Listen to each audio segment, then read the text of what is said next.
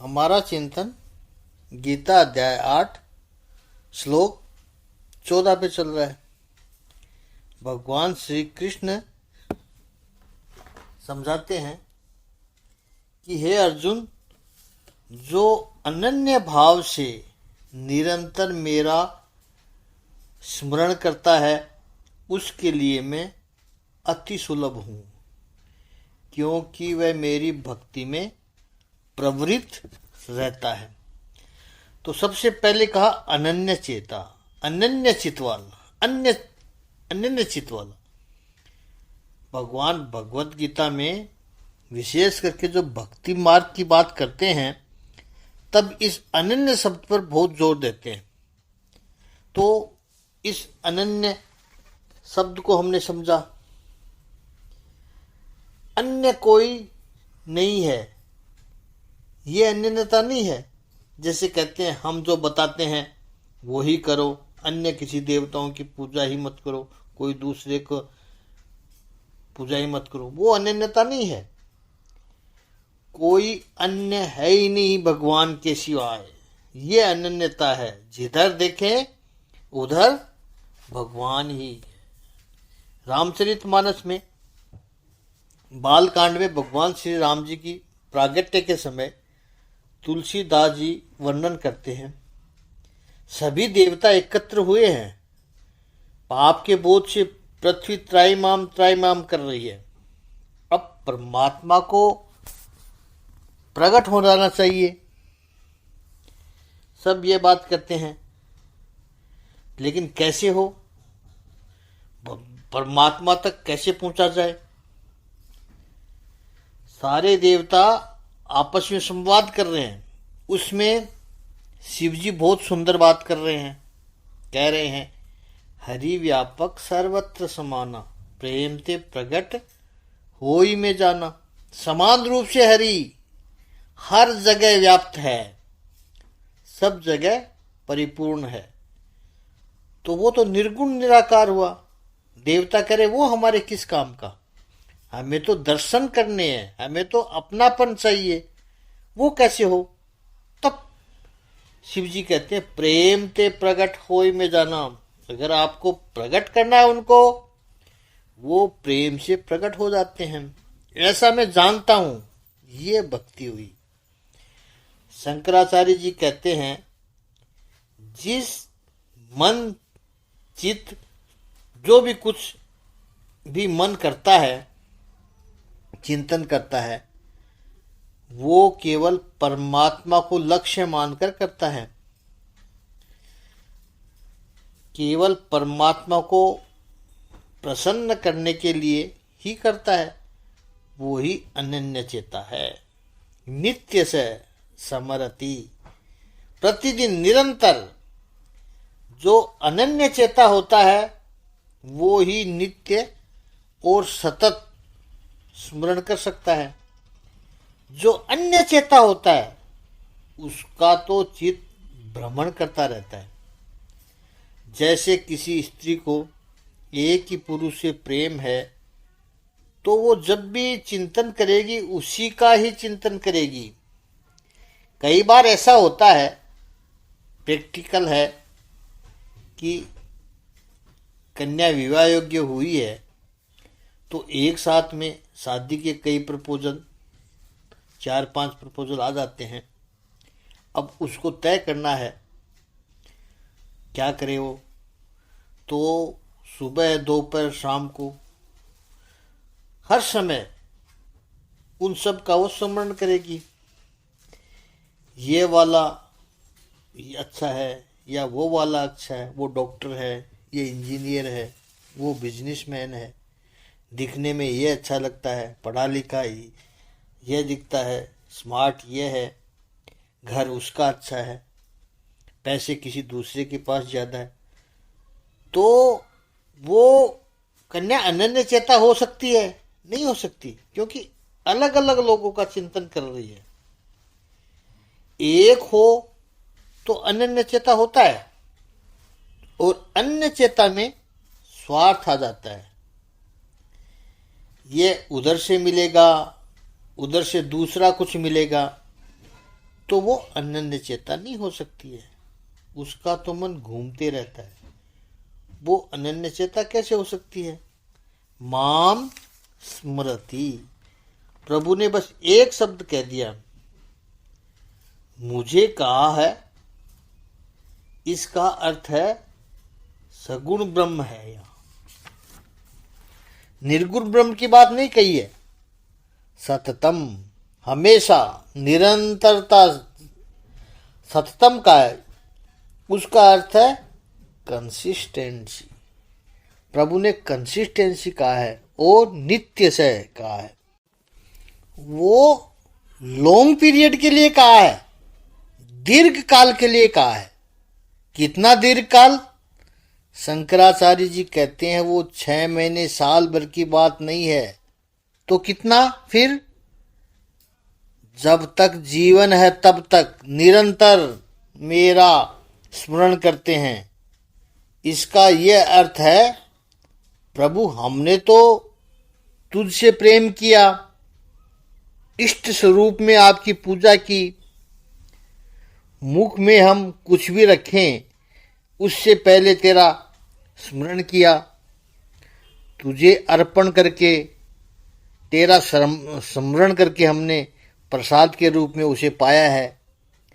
बाहर भी गए हैं, शॉपिंग करने भी निकले हैं, हमारे लिए या कुछ लाए हैं, परिवार के स्वजनों के लिए, सबके लिए लिया, लेकिन उसमें भी प्रभु तुझे याद किया है, कुछ आपके लिए भी लेके आए हैं। जहां भी गए तेरा स्मरण किया, प्रभु आपको याद किया, तेरा नाम जप किया। योग करना नहीं आया और अब तक नहीं आया है और अब आएगा भी कैसे? जैसा भी है हम दावा नहीं कर सकते कि अब आगे कर लेंगे, तो हमारा क्या होगा? प्रभु ऐसे भक्त फरियाद करता है प्रभु से, तब प्रभु कहते हैं तस्याह सुलभ पार्थ है। श्रीमद् भागवत में रास पंचाय में 10वें स्कंद के 29वें अध्याय में रास पंचाध्याय में भगवान श्री कृष्ण ने बांसुरी बजाकर सभी को अपने पास बुलाया। गोपियाँ पहुंची है, जो जो काम करती है उसको छोड़कर प्रभु के पास पहुंची। रास का जैसे ही आरंभ हुआ, गोपियों के मन में अहंकार आया, तो फिर प्रभु अंतर ध्यान हो गए। आप सब जानते हैं, इसलिए कथा संक्षेप में कह रहे हैं।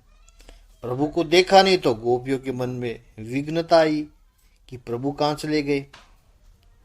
प्रभु की लीलाओं का अनुकरण किया, पुकारा, फिर भी प्रभु नहीं आए। राधा जी से प्रेरणा मिली जो वृक्ष से लटक रही थी। स्वामिनी जी प्रेरणा मिली कि जब अपने मन में अहंकार आता है तभी कान्हा अदृश्य हो जाता है। 31वें अध्याय में गोपियों ने गोपी गीत गा करके विनती की, प्रभु प्रकट हो जाओ, आपके बिना अच्छा नहीं लग रहा है, प्रकट हो जाओ। गोपियों की इस पुकार को सुनकर प्रभु प्रकट हुए। 32वें अध्याय में गोपियों ने प्रभु से पूछा कि प्रभु ये कैसा प्रेम है आपका?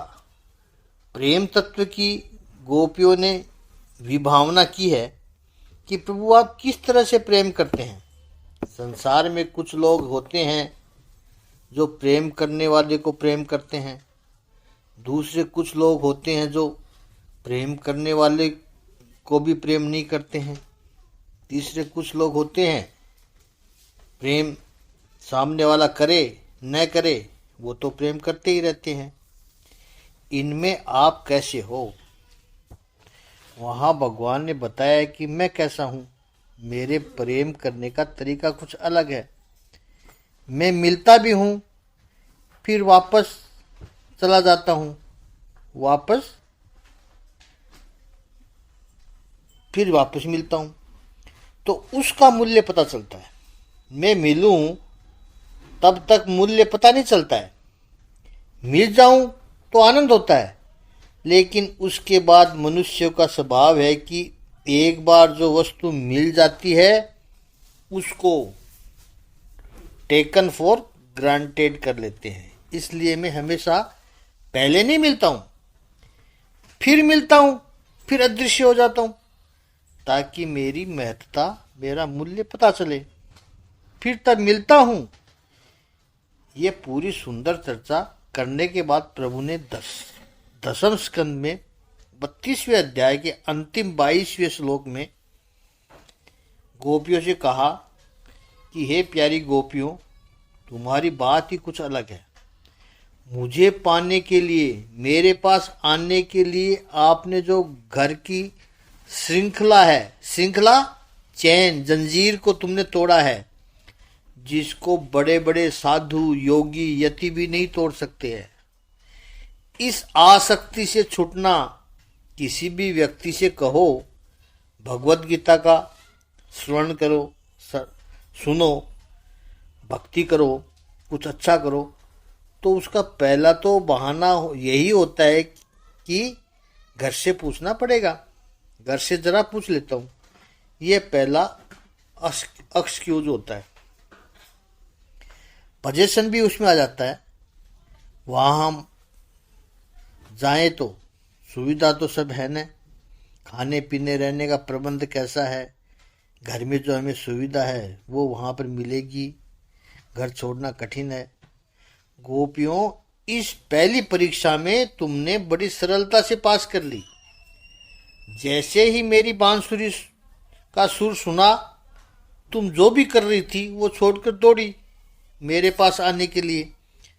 बड़े योगी यति भी नहीं कर पाते हैं ऐसा।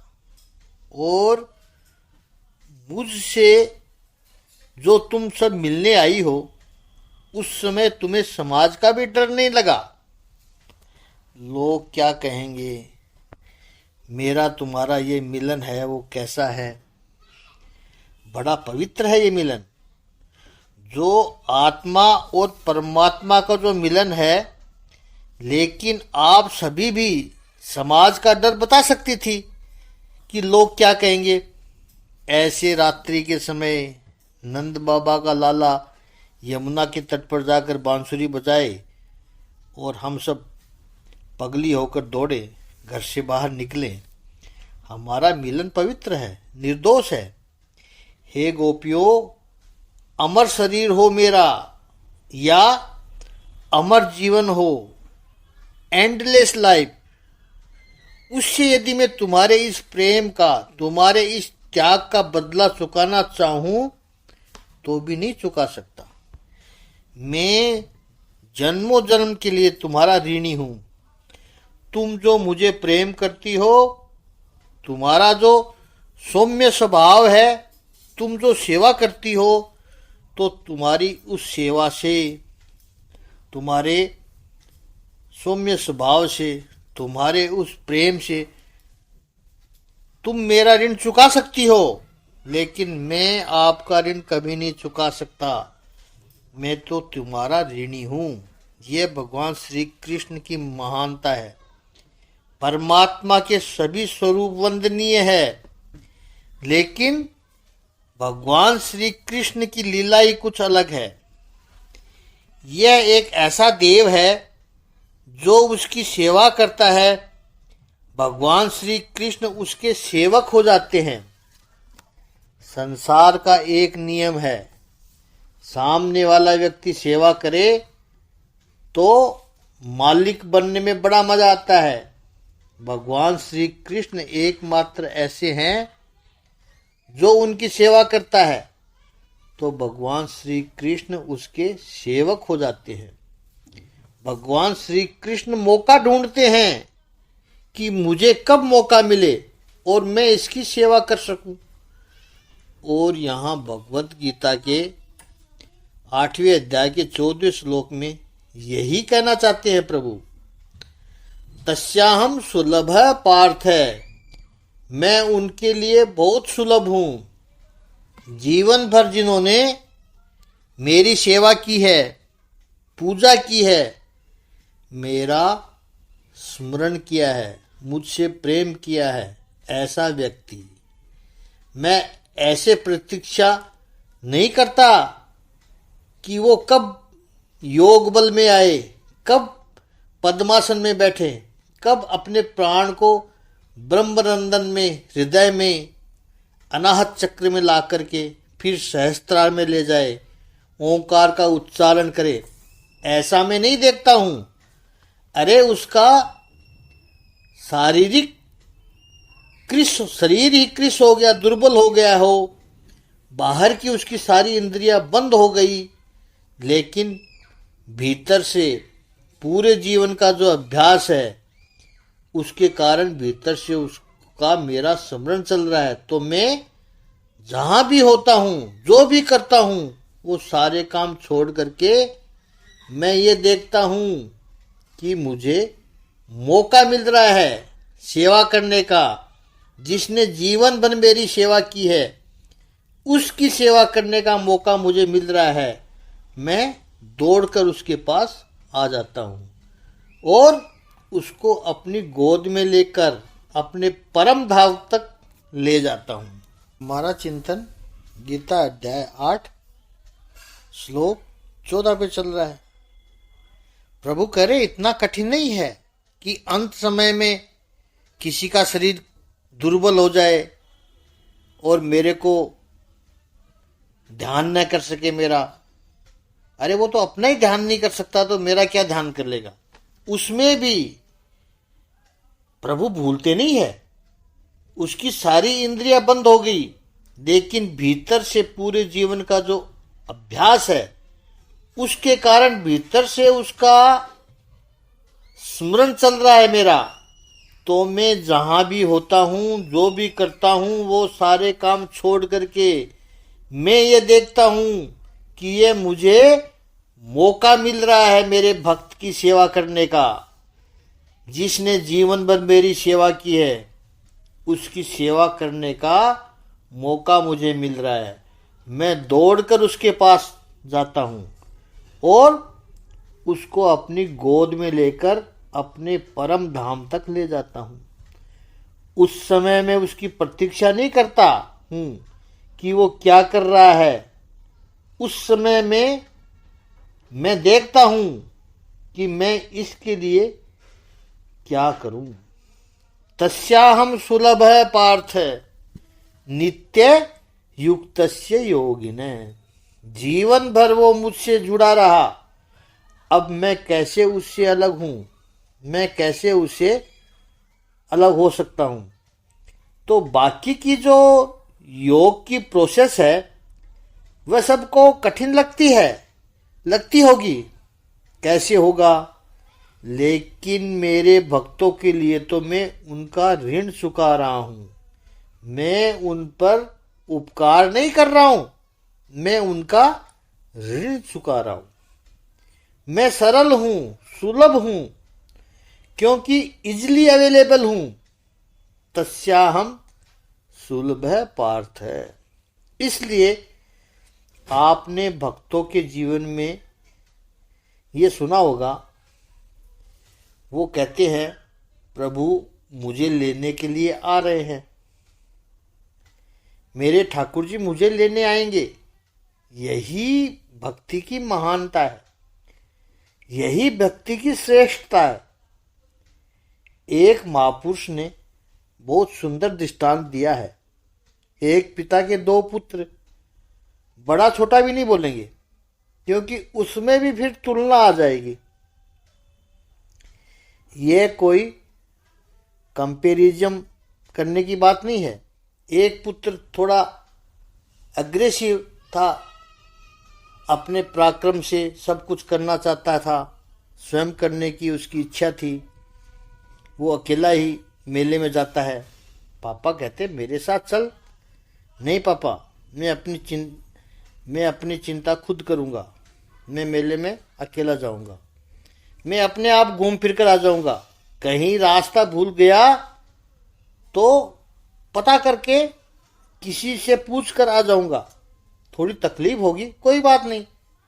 दूसरा बेटा है, वो कहता है पापा आप मेरा हाथ पकड़ लो, मैं आपका हाथ पकड़ूंगा तो मैं तो बच्चा हूं, इतनी शक्ति नहीं। कदाचित मेले में मैं आपका हाथ छोड़ भी दूं, लेकिन मुझे पूरा विश्वास है कि आप मेरा हाथ नहीं छोड़ोगे। पूरा मेला घूमते हुए आराम से आएगा। पापा ने हाथ पकड़ा हुआ है, मेले का आनंद भी लिया। पापा भी निरंतर साथ में रहे। वो दूसरे वाला अपनी ही तरह से मेला देख रहा है। वो खराब है ऐसा कहने का हमारा आशय नहीं है। रास्ता भी भूल गया वो, किसी से पूछना भी पड़ा, दिक्कतें भी आई, समस्याएं भी आई। कुछ लोग गलत भी मिले, उन्होंने गलत रास्ता दिखाया। ऐसा भी होता है, कभी कभी लोग जानबूझकर गलती करते रहते हैं, रास्ता गलत बता देते हैं, गलत रास्ता दिखा देते हैं। और कुछ लोग ऐसे भी मिलेंगे जो स्वयं जानते नहीं हैं, फिर भी गलत रास्ता दिखा देते हैं। ये सब अनुभव है हमारे। तो ये जो बेटा है पहले वाला, वो ज्ञान मार्ग का प्रवासी है, योग मार्ग का प्रवासी है। जो भी करूंगा अपनी तरह से करूंगा, प्राणायाम करूंगा, योग करूंगा। प्रभु चिंता मत करो, आ जाऊंगा आपके पास घूमता हुआ, भटकता हुआ। भक्त कहता है, प्रभु आप मेरी अंगुली पकड़ के रखो काना। संसार के मेले में मैं जहां जहां घूमेंगे मेरा प्रभु साथ होगा। ये माम समर्ति नित्य से। काना हम छोड़ेंगे नहीं तुम्हें। प्रभु कहता है मैं भी तुम्हें नहीं छोड़ूंगा। तस्याहम सुलभ पार्थ है नित्य युक्त से योगिना। वो जो नित्य युक्त है उसके लिए मैं सुलभ हूं। केवल प्रभु मेरे हैं। शंकराचार्य जी कहते हैं सुलभ सुखेन लक्ष्य। सरलता से मिलता है, इतना ही नहीं, सुख से मिलता है। उसके मिलने में भी सुख है। केवल प्रभु मेरे हैं। ये शरीर, ये इंद्रियां, ये मन और बुद्धि कुछ भी मेरा नहीं है। दो बातों को याद रखना है। चाहे लाख हम भ्रम में रहें कि ये संसार मेरा है, ये मेरा है, संसार कभी हमारा हो ही नहीं सकता है। हम कभी संसार के हो ही नहीं सकते हैं। और चाहे लाख हम अज्ञान में रहें कि प्रभु तो दूर है, प्रभु कहाँ मिलेंगे, हमारी क्या योग्यता है कि प्रभु मिल जाए, लेकिन वास्तविकता यह है कि प्रभु से हम अलग हो ही नहीं सकते हैं। संभव ही नहीं है। प्रभु हमसे अलग है ही नहीं, था ही नहीं और होगा भी नहीं। और संसार हमारा था नहीं और होगा भी नहीं। केवल सही समझ की आवश्यकता है बस। संसार मेरा है, प्रभु से मेरा वियोग हुआ है, ये मान्यता ही माया है, ये मान्यता ही अज्ञान है। भगवान मेरे हैं और संसार कभी न मेरा था, न है और न ही हो सकता है। यही मानना ज्ञान है। मनुष्य और प्रभु की स्वतः सिद्ध स्वाभाविक अभिन्नता और मनुष्य और संसार की स्वतः सिद्ध स्वाभाविक भिन्नता है।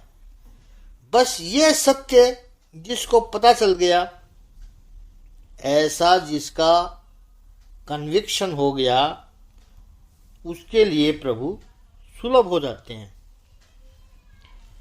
और ऐसे भक्त को जीवन में दुर्गति का भय नहीं होता है। उसके लिए मृत्यु मंगलमय बन जाता है। सांसारिक दृष्टांत इसको समझे, जैसे हम बीमा लेते हैं, इंश्योरेंस, इंश्योरेंस ले रखा हो और रेगुलरली प्रीमियम भर रखा हो, एक भी प्रीमियम चुके नहीं हैं, जिस कंपनी का इंश्योरेंस लिया है वो कंपनी भी क्रेडिबल है, सब ठीक है, कंपनी मजबूत है, तो फिर गाड़ी चला रहे हो आप, फिर गाड़ी के डैमेज की चिंता नहीं होती है। ऐसे ही इस शरीर का भी परमात्मा की कंपनी, इससे बड़ी क्रेडिबल कंपनी कौन सी हो सकती है?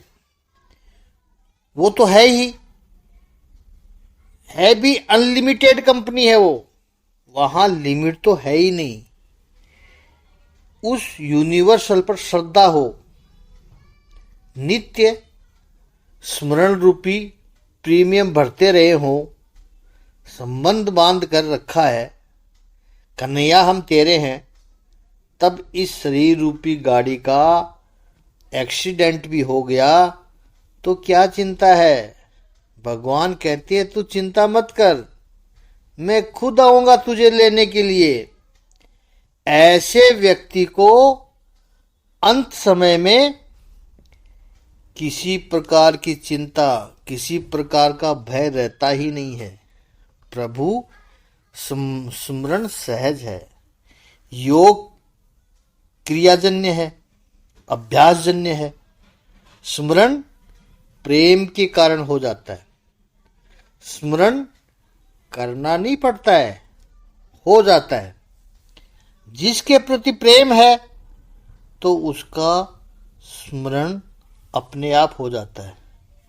प्रियतमा कहे कि मैं चलो टाइम निकाल कर बैठी हूँ, स्मरण करूँ, ऐसा करना नहीं पड़ता है। वो कुछ भी करती हो, प्रियतम का स्मरण होते रहता है। योग साधना के लिए आपको समय निकालकर बैठना पड़ेगा, जबकि स्मरण तो होता रहेगा। इसलिए यहां भगवान कहते हैं ये सुलभ है, सुखेन लभ्य है, ऐसा है। और नित्य युक्त योगी ऐसा ही करता है।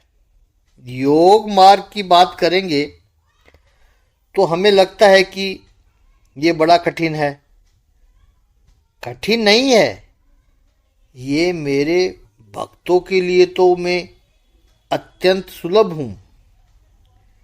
अनन्य चेता का एक और लक्षण है, उसको तो बहाना चाहिए प्रभु के स्मरण करने का। जीवन में जो कुछ भी होता है तो कहता है मेरे प्रभु ने किया है। और जो अन्य चेता व्यक्ति होता है वो समझता है कि मैंने किया है। जो सच्चे ज्ञानी है, सच्चे योगी है, योगी का अर्थ है भगवान से जुड़े हुए लोग हैं, जो सच्चे भक्त हैं। और ज्ञान, भक्ति, योग, इनका समन्वय भी हो सकता है। वो तो सुंदर बात है ही। भगवत गीता समन्वय ही तो बताती है। उनकी भाषा में, उनके व्यवहार में आपको ये दिखाई पड़ेगा।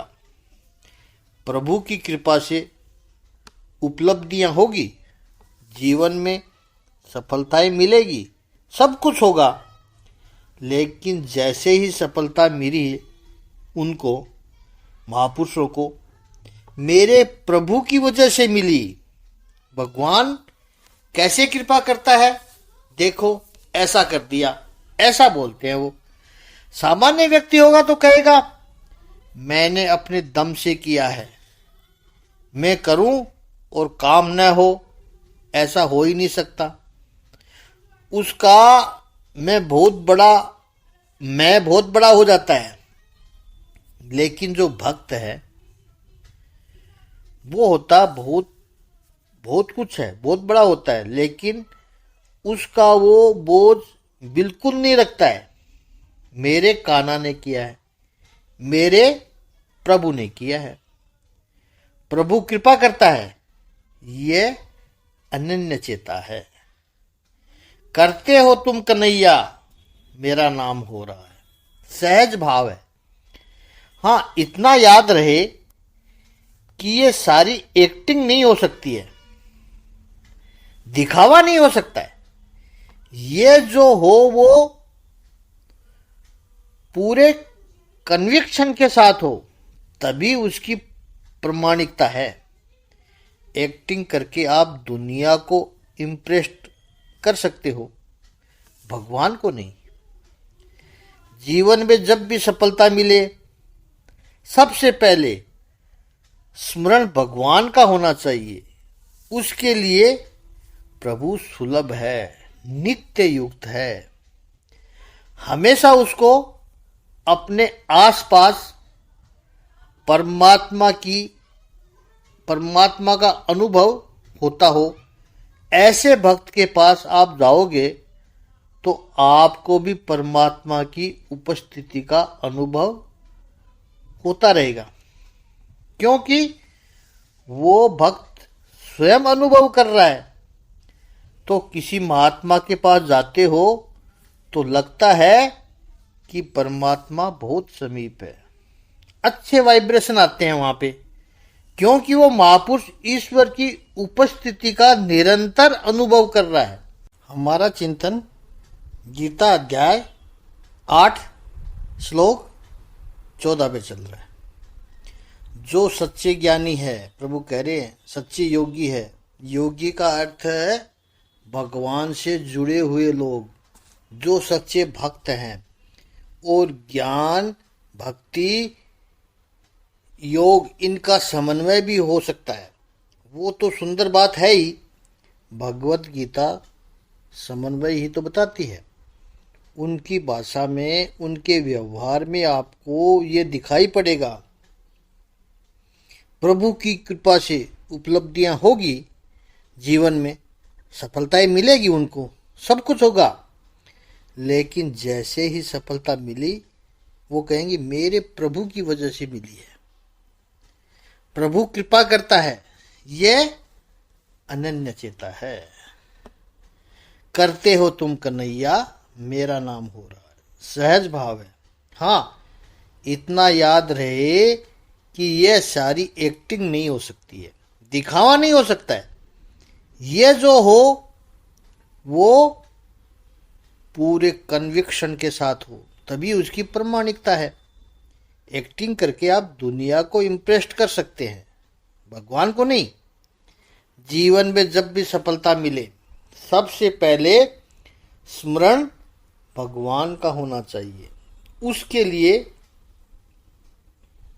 प्रभु सुलभ है, नित्य युक्त है।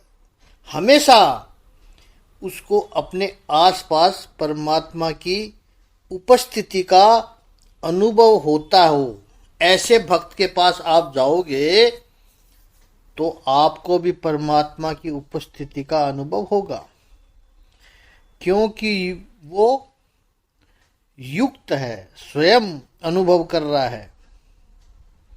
वो भक्त स्वयं अनुभव कर रहा है। तो किसी महात्मा के पास जाते हो तो लगता है कि परमात्मा बहुत समीप है, अच्छे वाइब्रेशन आते हैं, क्योंकि वो महापुरुष ईश्वर की उपस्थिति का निरंतर अनुकरण कर रहा है।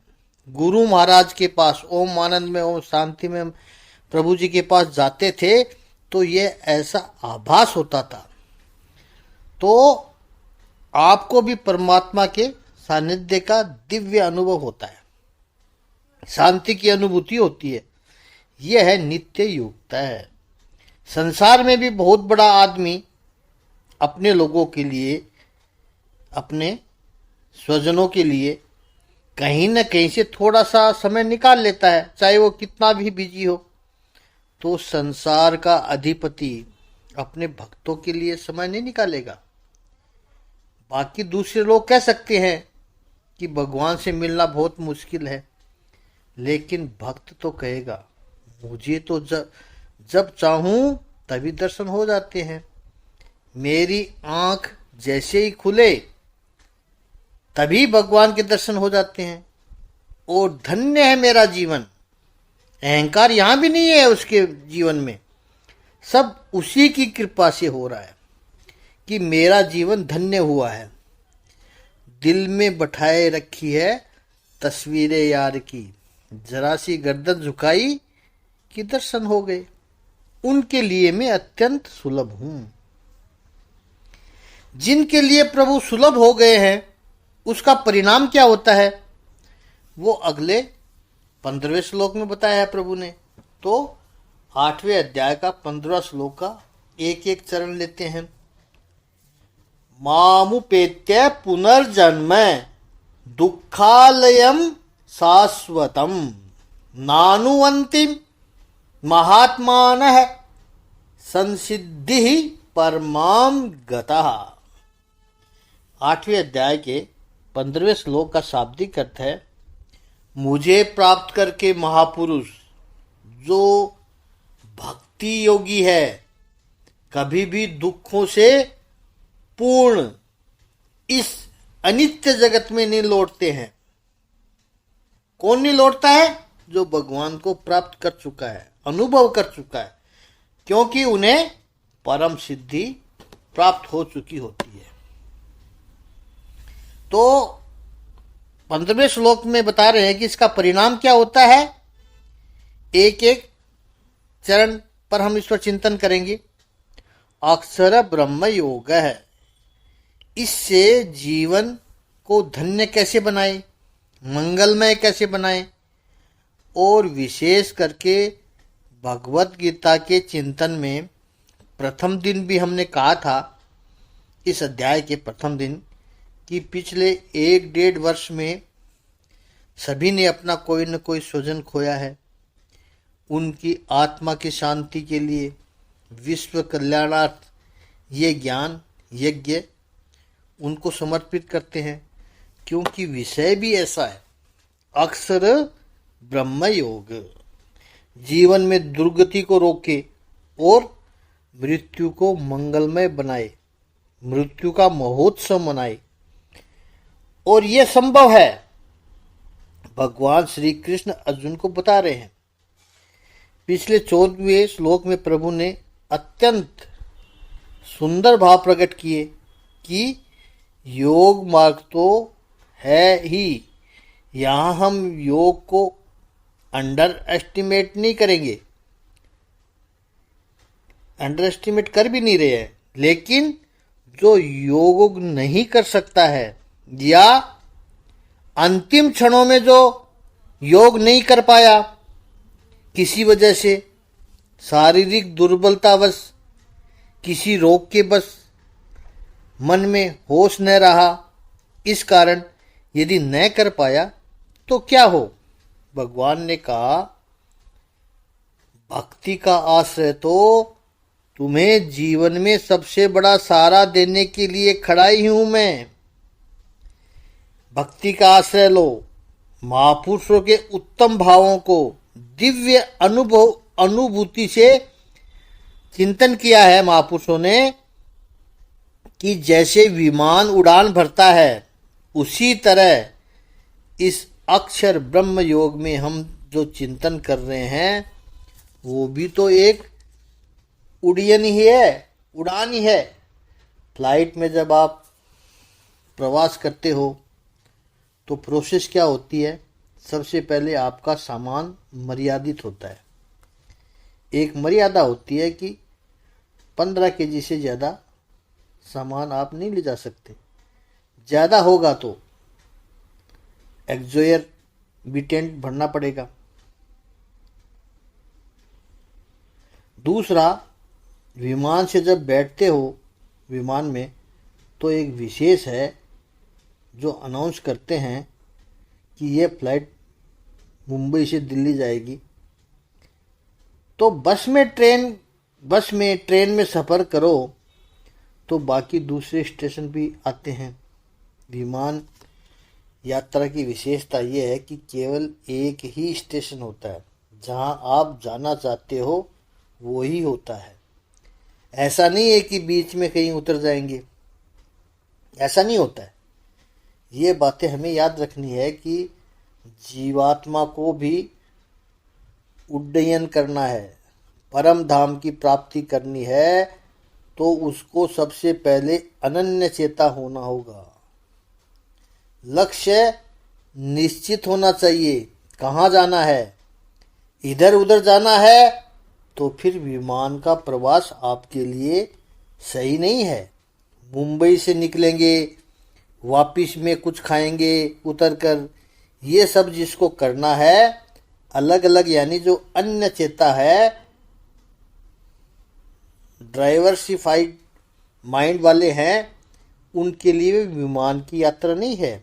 उड्डयन उनके लिए है जिसका लक्ष्य निश्चित है, इधर उधर कहीं और नहीं जाना है, तो अनन्य चेता हो।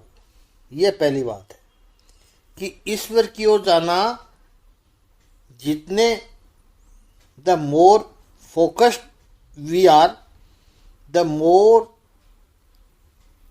Success we are.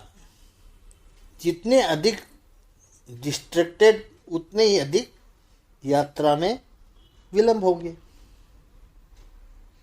भगवान ने ये पहली बात कही है।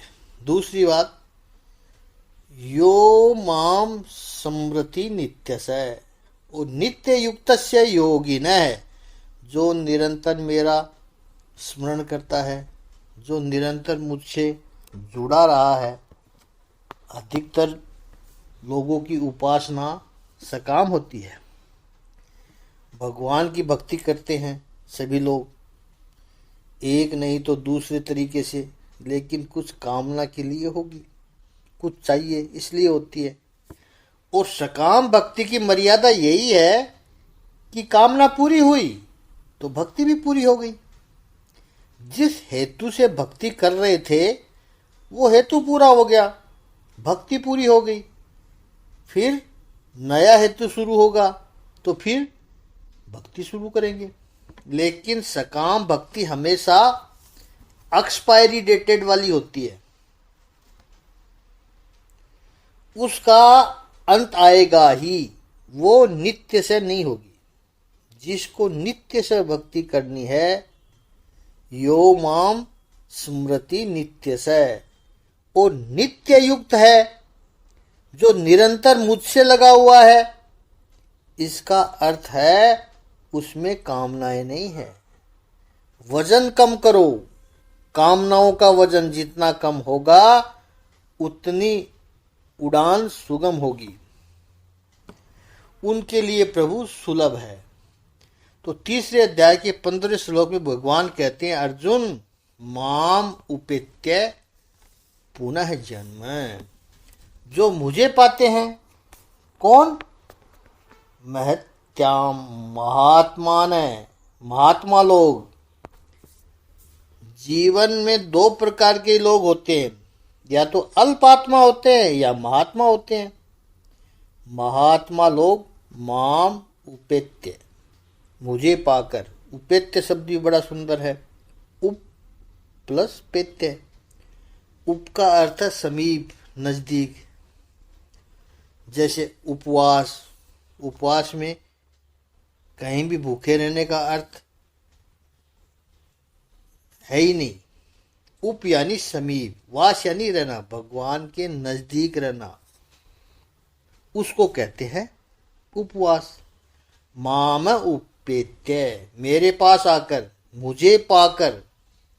इस दुखालयम अशाश्वतम, दुखालय, आलय का अर्थ होता है घर, निवास, दुखों के घर के समान ये संसार। अशाश्वतम, टेम्परेरी जो है, शाश्वत नहीं है, जो इटर्नल नहीं है। ऐसे पुनर्जन्म न आपनुवंती, पुनर्जन्म को नहीं पाता है, क्योंकि परमाम संसिद्धि गता, वो तो परम सिद्धि को प्राप्त हो गए हैं। परमात्मा का सानिध्य जिनको मिल गया, अब वो पुनर्जन्म में क्यों आएंगे? प्रभु कह रहे हैं जो मुझ में समा गए, अब वे इस दुखालय समान संसार में नहीं आते हैं।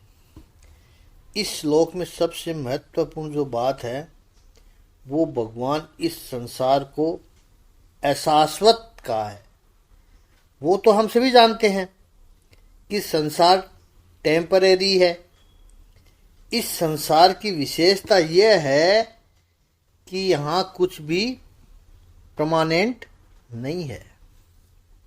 जो प्रतिक्षण सरक रहा है, जा रहा है, वो संसार है। और दूसरी बात प्रभु ने बहुत स्पष्ट कह दी। प्रभु ने ये संसार को दुखालय कहा है, दुखों का स्थान। क्यों? क्योंकि जैसे ही हम संसार में आए, जन्म धारण किया और ज्ञान धारण किया कि मैं आया, उसके साथ ही 3 प्रकार के दुख तो लग ही जाते हैं, आदि, व्याधि और उपाधि। आपको संसार में एक भी व्यक्ति ऐसा नहीं मिलेगा जो कहे कि मेरे जीवन में न कभी दुख था, न है और न रहेगा। इस पर आगे का चिंतन कल करेंगे। आज इतना ही। ओम श्री सच्चिदानंद भगवान की जय। ओम श्री आनंद कंद भगवान की जय।